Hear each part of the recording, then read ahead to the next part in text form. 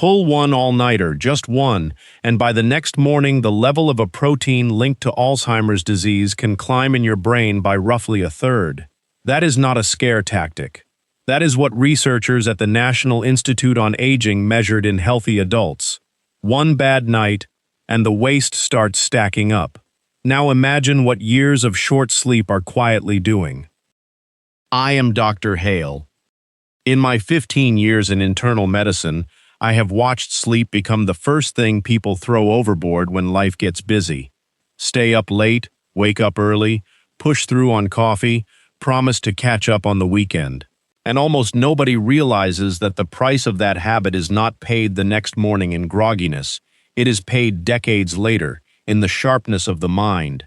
The damage builds silently, and it starts far earlier than most people think. Here is why this matters to you in your 40s and 50s, not just at 70. Your brain has a nightly cleaning system that only runs while you are in deep sleep. Cut that sleep short, night after night through midlife, and the cleanup never quite finishes. The trash it was supposed to haul out stays behind. And a large British study published in the journal Nature Communications in 2021 found that people who regularly slept 6 hours or less in their 50s and 60s carried a meaningfully higher risk of dementia in later life. Midlife sleep, it turns out, is a down payment on the brain you will have at 80. So in the next few minutes, I am going to show you exactly what bad sleep does inside your head, using the cleaning crew your brain runs every night. I am going to give you the one stage of sleep that does almost all the work, the stage that fades first as we age. And I am going to debunk two comfortable myths, the one about catching up on the weekend, and the one about older people simply needing less sleep. That second one is dead wrong, and believing it is doing real harm. Stay to the end for the number that surprises everyone. Let me start with the picture that makes all of this click. Think of your brain as a busy office building running all day long. Thousands of workers, thousands of tasks, and like any busy building, it generates trash. Every thought, every decision, every hour awake leaves behind metabolic waste, the ordinary byproducts of a brain doing its job. During the day, while everyone is working, that trash just piles up in the corners. The building has no time to deal with it. It needs the workers to go home first. That is where sleep comes in. When you fall into deep sleep, your brain sends in its night cleaning crew. Scientists gave this crew a name, the glymphatic system. And here is the beautiful part of how it works. During deep sleep, the cells of your brain actually shrink back a little, and the space between them opens up. Research has shown that gap can widen by around 60%. Picture the office chairs and desks sliding apart so the janitors can finally get their carts down every aisle. Then cerebrospinal fluid, the clear fluid that surrounds your brain, comes flushing through those widened channels and washes the day's waste out. In, out. Like a tide coming through the building overnight and carrying the garbage away. And here is the part that turns this from interesting to important. One of the waste products that crew hauls out is a sticky protein called beta amyloid. If that name rings a bell, it is because beta amyloid is the very protein that clumps together and forms the plaques found in the brains of people with Alzheimer's disease. Your brain makes it all day as normal exhaust. Deep sleep is when it gets cleared away. The National Institute on Aging notes that beta amyloid levels naturally rise while you are awake and fall while you sleep. So sleep is not rest for the brain. It is a cleanup shift. And the trash it clears is exactly the trash you do not want building up. And it is not only beta amyloid. That same overnight crew also helps clear another troublesome protein called tau, the second of the two proteins most closely tied to Alzheimer's disease. For years, the strongest proof of all this came from studies in mice, where scientists could watch the fluid wash through the brain directly during sleep.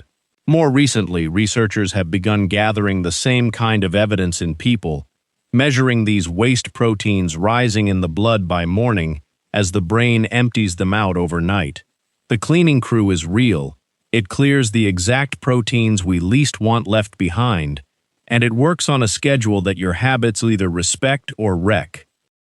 There is a second night job worth knowing about too, because it explains that foggy, forgetful feeling after a bad night so well.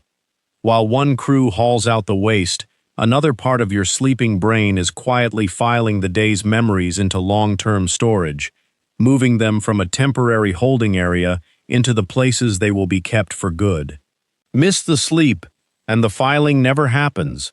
The memory you formed yesterday was written in pencil and never inked in. That is why, after a short night, names and details and where you set down your keys slip away so easily. It is not always that your memory is failing. Sometimes it is that the night shift that saves your memories never clocked in. Now put those two facts together and you can see the danger. If you cut your deep sleep short, the crew clocks out before the job is done. The beta amyloid that should have been flushed stays behind. One short night, and there is a little extra left in the corners. Do that for years, and the leftover waste has time to clump, to stick, to build. This is why the National Institute on Aging has reported that healthy older adults with poor sleep tend to have more beta amyloid in the brain than those who sleep well. The cleaning crew was simply never given enough time to finish. Let me tell you about a patient. I will call him Marcus, and he is a composite of many people I have seen. 48 years old, driven, successful, proud of how little sleep he needed. 5, maybe 6 hours a night for years, and coffee to bridge the rest. He came to me not about sleep at all, but about a foggy memory and a mind that felt a step slower than it used to. Names slipping. Words on the tip of his tongue. He was sure it was just stress and a heavy workload. When we mapped out his nights, the real story showed up. He had been shortchanging his brain's cleaning crew for a decade, and he was only 48. His fog was not a distant old age problem. It was already here, and it was fixable, because he was catching it in time. Now, the stage of sleep I promised you. Not all sleep is equal for this cleanup. The heavy lifting happens during deep sleep, the slow wave stage, the deepest part of the night when your brain waves roll in long, slow swells.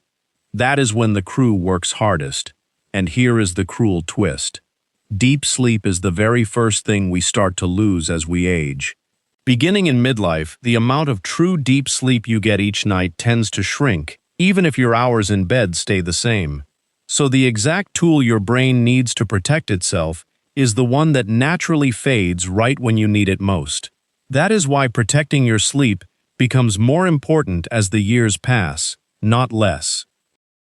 Let me pause here, because if this is landing and you want more plain talk about protecting your mind and body as the years add up, take 1 second and subscribe to Dr. Hale, and tell me in the comments how old you are and how many hours you actually sleep on a normal night.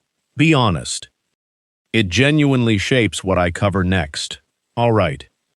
Now let me knock down the 2 myths, because they are keeping people from taking this seriously. Myth 1. You can catch up on the weekend. This is the comforting story we all tell ourselves. Run short Monday through Friday, then sleep in Saturday and reset the tank. Here is the honest problem. Sleep does not bank and balance quite like that. A long Saturday morning helps you feel less exhausted, and that is real, but it does not fully undo a week of missed cleanup shifts for your brain. The waste that piled up on the nights you cut short does not get a second chance to be flushed on schedule. Steady, consistent sleep across the week protects the brain far better than a boom and bust cycle of deprivation and recovery. The crew needs to come every night, not just twice. Myth 2, and this one is more dangerous. Older people just need less sleep. I hear it constantly. It is used to wave off a parent or a spouse who is clearly not sleeping well, as if poor sleep is a natural and harmless part of getting older. It is not. Sleep experts are clear that adults, including older adults, still need roughly 7 or more hours a night. What changes with age is not the need for sleep. It is the ability to get it. Deep sleep gets harder to reach. Waking in the night gets more common, and aches and medications and a smaller bladder all interrupt. So an older person sleeping 5 broken hours is not a person who needs less sleep. They are a person who needs sleep and is not getting it, and their brain is paying for the shortfall. Believing the myth means we stop looking for fixable causes. So we understand the machinery. Now let me give you the number I promised, the one that surprises everyone. That British study in Nature Communications in 2021 followed thousands of people for decades, and it found that those who consistently slept 6 hours or less a night through their 50s and 60s had about a 30% higher risk of developing dementia compared with people who slept a healthy 7 hours. 30%. From a habit most of us treat as a minor inconvenience, a badge of honor even. That is the cost that sits quietly on the other end of all those short nights. And the National Institutes of Health, in covering that research, drew the same plain conclusion. What you do with sleep in midlife appears to shape your risk of dementia later. Now let me be honest with you the way this channel promises, because I do not want you lying awake tonight terrified, which would be its own cruel irony.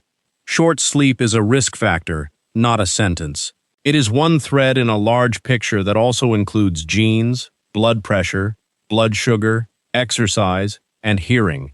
And no single bad night decides anything. Plenty of people who slept poorly for years go on to keep sharp minds. But sleep is one of the most changeable threads in that picture.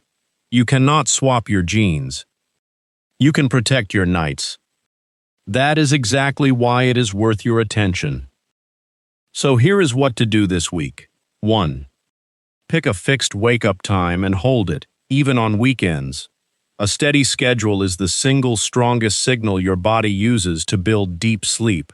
2. Guard the last hour before bed. Dim the lights, put the phone down, and let your brain downshift, because you cannot slam a racing mind into deep sleep. 3. Move your body during the day. Regular daytime activity is one of the best-known ways to deepen the slow-wave sleep your cleaning crew depends on. 4. Cut the late caffeine and the nightcap. That evening alcohol may knock you out, but it steals from the deep restorative stages and cheats the crew of its best working hours. None of this is fancy. All of it protects the tide that washes your brain each night. And here is a small bonus that most people skip. Get some bright light into your eyes early in the morning, ideally outside, within an hour of waking. Morning light is the signal that sets your body's internal clock for the day, and a clock that is set cleanly in the morning is a clock that knows when to bring on deep sleep at night. A short daytime nap, kept to 20 or 30 minutes and taken before mid-afternoon, can help too, as long as it does not steal from your night. Think of it as helping the crew show up on time. You are not just adding hours in bed, you are teaching your body when the cleanup shift begins. Now, one clear line before we finish, because it matters. Everything I gave you today is education, not medical advice, and it is not a substitute for your own doctor. And some sleep problems are not habits to fix on your own. If you snore loudly and someone has heard you gasp, choke, or stop breathing in your sleep, that can be sleep apnea, and it is both serious and very treatable, so it deserves a doctor's visit, not a shrug. Sudden new confusion, a sharp change in memory, or falling asleep uncontrollably during the day are also reasons to be seen, not to wait. Get those checked. So bring this to your doctor. Tell them honestly how you are sleeping. Ask whether a sleep study makes sense for you. Let a real person who knows your health guide you, not a video and not the internet. And here is the thread I want to leave you with. We spent today on what bad sleep takes away from the brain, but there is a short list of specific evening habits, small ones, that have been shown to deepen slow-wave sleep and give that cleaning crew more time to do its work. Most people are accidentally doing the opposite every single night. In my next video, I am going to walk you through that evening routine step by step, so your brain gets the full cleanup it was built for. Subscribe so it reaches you when it goes up. Whether you are 45 or 75, tonight's sleep is quietly shaping the mind you will carry into the years ahead. You are never too early and never too late to start protecting it. I am Dr. Hale. Take care of yourself and sleep well.